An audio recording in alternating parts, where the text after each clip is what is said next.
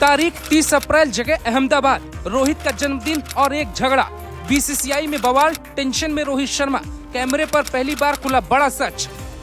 BCCI में क्या चल रहा है इसका खुलासा खुद रोहित शर्मा की एक तस्वीर ने कर दिया। क्या रोहित शर्मा का झगड़ा बीसीसीआई की मीटिंग में हुआ? कैप्टन रोहित शर्मा का दिमाग किस बात से खराब था?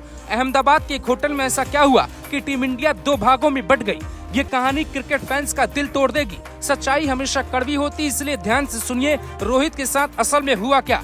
क्या आप इस बात से सहमत हैं कि रोहित को वो टीम मिली है जो वर्ल्ड कप में जीत से ज्यादा हार की तरफ बढ़ रही है? खबर है कि रोहित शर्मा मीटिंग में एक लिस्ट लेकर गए थे। उस लिस्ट में कई ऐसे खिलाड़ियों का नाम था जो वर्ल्ड कप वाली टीम में नहीं। कप्तान रोहित शर्मा है, लेकिन कंट्रोल किसी और के पास कैसे पहुंचा? क्या हो रहा है? कहानी क्या है? जो मीटिंग मुंबई में होती है वो क्या जय शाह के कहने पे अहमदाबाद में बुलाई गई? हैरानी की बात यह है कि रोहित शर्मा की टीम में उनकी भी एंट्री हो गई जिनकी जगह देश नहीं मानता है। रोहित शर्मा और हार्दिक पांड्या की दुश्मनी खुलकर सामने आ गई। 2 कहानियों में पहले दूसरी कहानी सुनिए, फिर आपको पहली कहानी सुनाएंगे। रोहित के साथ कैमरे में ऐसा कौन था जिसकी फोटो रिलीज नहीं की गई?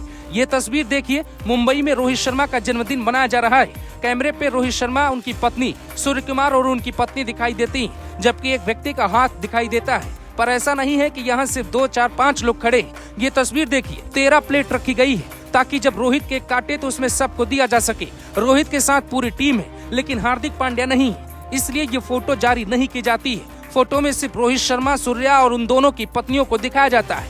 ये बात हवा में नहीं है। पिछली बार हार्दिक पांड्या ने रोहित को सोशल मीडिया पे बधाई दी थी, लेकिन इस बार हार्दिक क्या भूल गए या दोनों में सब कुछ ठीक नहीं है? अब इस कहानी को यहीं रहने देते हैं, पहली कहानी पर आते हैं। ये तस्वीर बीसीसीआई की मीटिंग के बाद की है। 24 घंटे में 2 मीटिंग हुई। पहले दिल्ली में मीटिंग हुई जिसमें रोहित शर्मा शामिल हुए, फिर अहमदाबाद की मीटिंग में भी रोहित शामिल हुए, लेकिन वहाँ बहुत कुछ अलग हुआ। रोहित शर्मा विराट कोहली को साथ लेकर जाना चाहते थे, लेकिन सेलेक्टर्स विराट के साथ नहीं थे।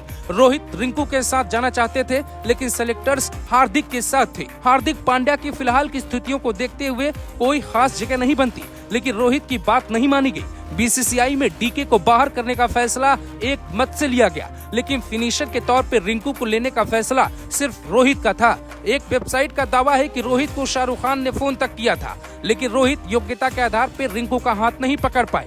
तो क्या बीसीसीआई में योग्यता के आधार पर नहीं बल्कि संबंधों के आधार पर एंट्री मिलती है?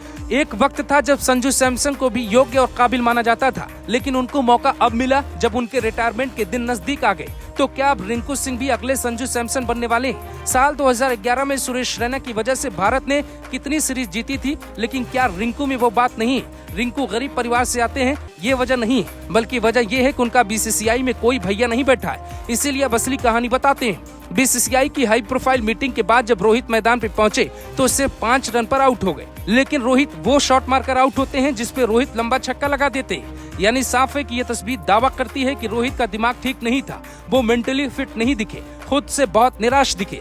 यही कारण है कि रोहित के जल्दी आउट होने के बाद हार्दिक पांड्या भी 0 पे आउट हो गए। यानी एमआई के साथ टीम इंडिया में सब कुछ ठीक नहीं चल रहा है। हालांकि रोहित ये जानते हैं कि उनकी जिंदगी का ये आखिरी T20 वर्ल्ड कप है। बिना मयंक फाइनल कैसे जीत पाएंगे? बिना रिंकू फिनिशर कैसे मिल पाएगा? फिलहाल इतना साफ है कि भारतीय क्रिकेट कंट्रोल बोर्ड में राजनीति की भयंकर एंट्री हो गई। सब कुछ एक इशारे पे किया जा रहा है। टीम हार जाए तो आप रोना नहीं, बस टीवी या फोन बंद कर देना और भूल जाना, क्योंकि आप जैसे क्रिकेट को मानते हैं, चाहते हैं, टीम इंडिया में बैठे कुछ लोग वैसा बिल्कुल नहीं चाहते। Bureau report, global Bharat TV.